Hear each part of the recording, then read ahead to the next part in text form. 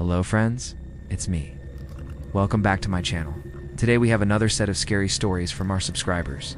So for today I have 3 stories. Let's start with first one. As always, these are real stories written by people just like you. So let's get into it.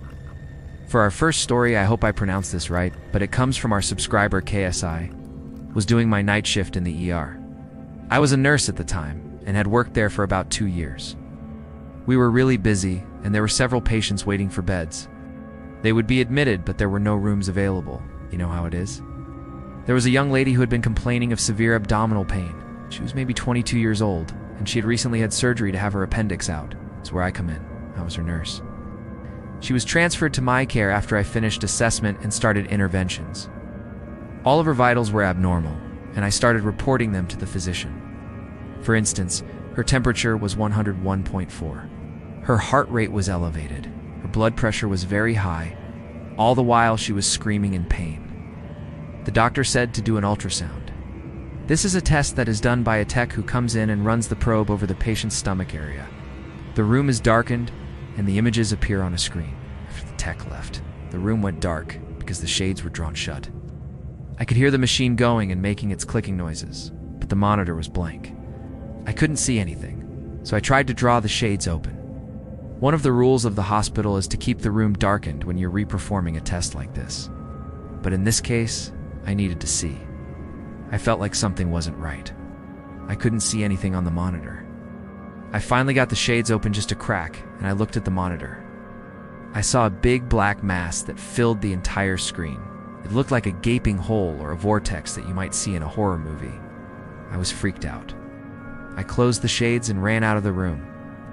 I remember calling the doctor and saying, "You need to come right now."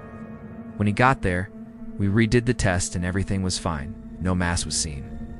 The patient made a full recovery and was discharged the next day. I never forgot that experience though. If anyone else witnessed what I did, they would have probably been fired for letting the light in. But I think I was so scared I was protected. Our next story comes from a client used to work nights at a residential home that cared for people with brain injuries. Most of the residents required minimal care and mostly just needed someone to check on them during the night in case they had a seizure or needed help with something. There were cameras in most of the rooms, and all the rooms were connected via intercom. On this particular night, I was alone and most of the residents were asleep. At some point during the night, I heard someone call out over the intercom, "Is anyone there?" Low. I ignored it, assuming it was a resident who had woken up and was trying to call for help. A few minutes later, I heard it again. "Is anyone there? Please help me." Now I'm getting creeped out, but still not overly concerned. I grab my clipboard and start checking on the residents to make sure they're okay. I found one resident standing by his bed yelling, "What the hell? Who's there? Get away from me." Startled, I asked him if he was okay and if he needed help. He looked at me and said, "No, I'm fine. Go away." I could tell he wasn't really there though. His eyes were vacant and he was mumbling incoherently. I checked his vitals and they were all fine. But I stayed with him for a bit until he lay back down and fell back asleep. I didn't think much of it after that, and went back to watching TV in the staff room. About an hour later, I heard the same voice over the intercom say, "Who's there? Help me please." And then I heard a crash, followed by heavy footsteps. I immediately ran to the resident S room and burst through the door to find him sitting in bed calmly. Still no emotion or recognition in his eyes. I checked his vitals again and they were fine, but I stayed with him until morning. I told my supervisor about the incident and he just laughed it off and said it was just a crazy night. To this day, I've never experienced anything like that before or since. I still wonder what happened that night. And last but not least, we have a story from J. T. I was working as a med-surg nurse in a hospital that had recently renovated the oldest part of their building. The renovations included removing a single room that was used for isolation patients off the main floor and replacing it with 4 semi-private rooms. The room was very small, just big enough for a bed and a small closet, with the door at the foot of the bed. During orientation to this unit, we were told not to go into the closet unless absolutely necessary, because it was rumored to be haunted by a former orderly who died in the old room when it flooded and electrocuted him. Being the skeptic that I am, I didn't believe it. However, I did notice that other nurses avoided the closet. One night I was taking care of a patient in one of the new semi-private rooms. I noticed that the patient's gown was on the floor, and I bent down to pick it up. While I was reaching for the gown, I felt something brush against my leg, and I jumped up, thinking it was a bug. When I looked down, I saw a pair of dirty socks at the foot of the bed. I asked my patient if they had taken those off earlier, and they said no. I figured that one of the other patients had kicked them off during the night and went to change my patient. As I was changing her, I noticed that she was very calm and relaxed, which was odd because she was normally very anxious and agitated. I thought maybe she had received good news from her family who had been visiting earlier. So I went to the bathroom to wash my hands and came back to find her in bed, singing along to the radio. This was also very odd because she was normally too anxious to listen to music. I went to grab her gown from the closet. The door was propped open with a towel, and I could see that the inside was empty except for a shelf and an electrical outlet. I was about to put the gown on her when I felt that same sensation on my leg. I spun around and screamed, dropping the gown. I ran to the bathroom and splashed water on my face to calm myself down. I was now alone on the floor, and the patient was fast asleep. So I decided to look in the closet again. The door was wide open, and the shelf was empty, except for a pair of dirty socks. I picked them up and shook them out, laughing nervously at myself. Just then, the lights flickered and went out. I stood there frozen as I heard the sound of heavy footsteps near the closet. Suddenly, the lights came back on, and everything was silent. I don't know if I was more scared or embarrassed at that point. In the morning, I told my supervisor about the incident, and he told me that the orderly had actually died in that exact closet, when the ceiling collapsed and flooded the room. Apparently, his body had never been recovered, because the room was sealed off and remodeled. So his spirit was trapped inside. I didn't believe him, of course, but I haven't gone into that closet in the past 5 years. Thanks for watching. Hope you enjoyed these scary stories from Reddit. I know I certainly enjoyed reading them. Which one was your favorite?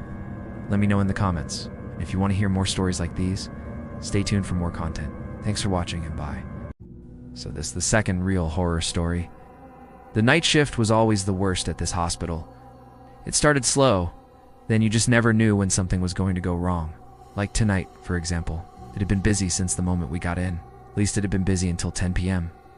Now it's been silent, too silent, like the eye of a storm. And I know that never lasts. I'm a doctor working in the emergency room, fresh out of residency, and still trying to find my sea legs, if you will. I'm working in the ER while I finish my board exams so I can become board certified in emergency medicine. For context, this is an American emergency room, which is very different than what you see on TV. In TV, when you enter the ER, you'll notice all of the beds are empty, the waiting room is empty, and there's only one patient being wheeled into the trauma room. That's not really how it goes down. When I worked at RAR, which is considered a level 1 trauma center, there were usually several patients waiting in the waiting room. We'd have patients in every single bed in the main area, as well as in the trauma room, the fast track, the hallways, and sometimes even the pharmacy or registration areas. This brings me back to tonight. The entire ER was quiet.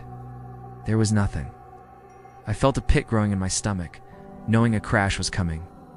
Then the code came over the intercom. Cardiac arrest in room 4. Code means urgent. If you're new here, code blue is a cardiac arrest. This code was called for Mrs. Higgins. She'd been admitted earlier with chest pain. Her chest pain turned out to be a pulmonary embolism, aka a blood clot in her lungs. I'd ordered a CT scan of her lungs, which confirmed the diagnosis. I'd started her on a blood thinner called heparin and notified the cardiologist. The cardiologist recommended we keep her overnight for observation, which is standard of care. So I admitted her to the step-down unit from the emergency room. That's why I was shocked to hear she went into cardiac arrest. I ran into her room as fast as I could. I found her lying on the floor next to her bed. The nurse was kneeling next to her performing chest compressions. I don't remember much after that. I started doing compressions while another resident who happened to be close by started bagging her. Our attending, aka our boss, was also close by, and she took over compressions while I went to get the defibrillator. Fortunately, despite our best efforts, we weren't able to resuscitate her. Her chart went from yellow, meaning unstable, to black, meaning dead, within minutes of the code being called. It's never easy to lose a patient, but it happens. Death is a natural part of life, especially in a place like the emergency room where we see the sickest of the sick. You learn to compartmentalize early on, because if you don't, you won't last. I let out a shaky breath. I feel terrible for her family and I wish I could have done more, but it was out of my hands. As the medical team leaves the room to fill out paperwork, the nurse gives me a look. This look. What does this look mean, you think? I ask her. She shakes her head slowly and points to the monitor. I glance at the monitor. That doesn't make any sense. I thought she was dead. The monitor reads Mrs. Higgins' heart rate, 110 beats per minute. I didn't even realize I'd been holding my breath. I let out a long exhale and start to laugh. She's fine. Let's go tell the team. They need to know she's awake. I leave the room and find the residents and are attending. I say, hey guys, come see Mrs. Higgins. She's awake. They all follow me back to the room. I walk in front of them and turn around to face them. Surprise, I say with a smile. Their faces all morph into confused expressions. I point to the monitor again. She's alive. Look, they all rush to the bedside. There she is sitting up in bed with a sheet on, talking to the nurse. I feel pride swell inside of me. My training kicked in and I reacted quickly enough to save her life. I couldn't believe how proud I was of myself. I look at the residents and are attending. Their expressions have changed. They look scared. I ask, what's wrong? The resident closest to me answers, who's there? I look past them to where the bed should be. It's empty. Was I crazy? Did I imagine saving her life? Scan the room. Where is she? Call out, Mrs. Higgins, where are you? No response. The nurse speaks up. She was just here a second ago. I was talking to her about discharge instructions. And then when you came in, I heard the bed move. So I looked away for a second. And then when I looked back, she was gone. I feel a cold dread seep into my bones. I reply, that's impossible. I don't know what's happening. I don't know where she went. I'm scared now too. I check all of the exits. All of the doors into the hallway are closed and locked. We check the window. It's closed and locked. Mrs. Higgins isn't small. To exit through the window, she would have needed to climb through head first. It's far too high up to climb out of. Plus, there's an alarm on the window. It would have set off an alarm, but no alarm went off. The resident asks, how did she get out of here? I shake my head. I don't know what to do. I don't know where to start looking. Our attending takes charge. She calls for hospital security, and we all leave the room to look for her. We check everywhere. The bathroom, the medication room, the supply closet, even under the beds. No sign of her. Security arrives and asks us what's going on. We explain. I take a deep breath. Can you check the cameras? Security says, sure. He checks the camera on his phone. His face pales. God, I don't want to be too graphic here. But he turns to us and says, she's hanging from the ceiling fan. She's dead. I feel my knees grow weak and my vision swim. She's dead. Why would she kill herself after I saved her life? I fell back against the wall. I slide down to the floor, my back flat against the cool hospital wall. I bury my face in my hands. I don't want to hear the rest. I already know what he's going to say. I could guess how she died, why she killed herself. I don't want to hear it. I don't want to believe it. I could have saved her. I feel so guilty right now. I should have known. I should have seen it coming. I think I did see it coming. I think I did know. I just didn't want to admit it to myself. Earlier, when I walked into her room after the code before she stood up, I noticed something. There was a black bag sitting next to her bed. Oh. I remember thinking, what is that black bag doing there? Because it didn't belong. I knew it didn't belong. I tried to ignore it. I tried to convince myself it didn't matter, but it did. The bag mattered. It shouldn't have been there. And if I'd only paid attention, if I'd only opened that bag, maybe I would have known. Maybe I could have talked her down. Maybe I could have saved her life. But I didn't. I didn't try. I gave up. I let the bag sit there. I let the monster win. And now she's dead. I didn't have to kill her. It could have been me. It could have been me. I promise you'll leave feeling grateful for your healthcare workers and creeped out for weeks. Thanks for watching, and stay healthy, my friends. So let's start our last story. The emergency room was silent, except for the hum of machinery. Daniel, a 27-year-old nurse, had just finished his shift change report. As he walked past the supply closet, he noticed the door was slightly ajar. He shrugged. He must have left it open. It was bound to be filled with clutter anyway. So he pushed it shut and continued down the hallway. It had been an unusually slow night in the ER. No traumas, no cardiac arrests, and no psych holds. Just your standard array of drunk college kids with sprained ankles, elderly patients with urinary tract infections, and Mr. Williams, who insisted that his coughing fit was due to a botched circumcision 48 years ago.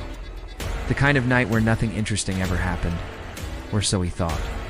The first disturbance came about 30 minutes after he closed the supply closet door. He was charting a patient's vitals when he heard a loud bang from inside the closet. Startled, he looked up from the computer. Was that a crash? A scream? There was nothing. Had he imagined it? He dismissed it as fatigue from working too many overtime shifts. Then the second bang occurred. This time he was charting in the hall near the supply closet. There's no way he could have missed it. A dull thud, followed by a heavy thump like someone dropping a metal tray. His eyes darted around looking for the source of the noise. Maybe some construction work. But he knew the hospital had been fully renovated less than 2 years ago. Still, it was an old building and things settled over time. He supposed it might just be mice. As the night wore on, the disturbances continued. At first they were subtle. A creak here, a groan there, but then the noises grew louder, more frequent, and more ominous. Scraping, thumping, what sounded like screams. Even the rhythmic drip of the 4-pole in the corner seemed to speed up, becoming a relentless tattoo against the linoleum floor. He tried to focus on his work, telling himself it was just an old building settling. But it was impossible not to glance toward the supply closet with every new sound. Was he really alone in the ER? What if there was someone else in the hospital? Someone who shouldn't be there? The silence between the noises was punctuated by the sound of his own heartbeat. At 3 a.m., the banging reached a crescendo. Something heavy was dragged across the floor, scraping against the baseboard with each movement. It was close now. Whatever it was, the door to the supply closet rattled, the doorknob jiggled, then the door slowly opened. Daniel froze, staring at the gap between the door and the frame. His mind raced. What if it was a crazed patient who escaped their restraints? The ER was locked down tight. All the entrances were secured. No one was supposed to be inside. He took a deep breath, trying to calm his racing heart. It's just an old building, he told himself. Just some pipes bursting. But the rational explanation didn't ease his unease. The door creaked wider, revealing darkness within the closet. Shadows stretched and twisted, taking on grotesque shapes. He couldn't see anything clearly, but something big and dark was definitely in there. For a moment, all he could do was stare. Then a guttural growl echoed from inside the closet, followed by heavy footsteps. Whatever was inside was coming out. Fear turned to ice in his veins. Adrenaline surged through him, overriding his fear. Fight or flight response kicked in. He needed to get out of there. He turned and ran, bolting down the hallway. The sound of heavy footsteps pounded behind him. He could hear the creature dragging itself closer. Its wet, guttural growls bouncing off the walls. The emergency room was empty, the nurse's station abandoned. The automatic doors slid open, and he ran outside. Daniel burst out into the night, gasping for breath. Behind him, the creature screeched, its voice echoing in his ears. Relief washed over him as he turned and saw only the darkened windows of the hospital staring back at him. The night was silent. Had it all been a dream? He rubbed his eyes, willing the image of the creature to disappear from his mind.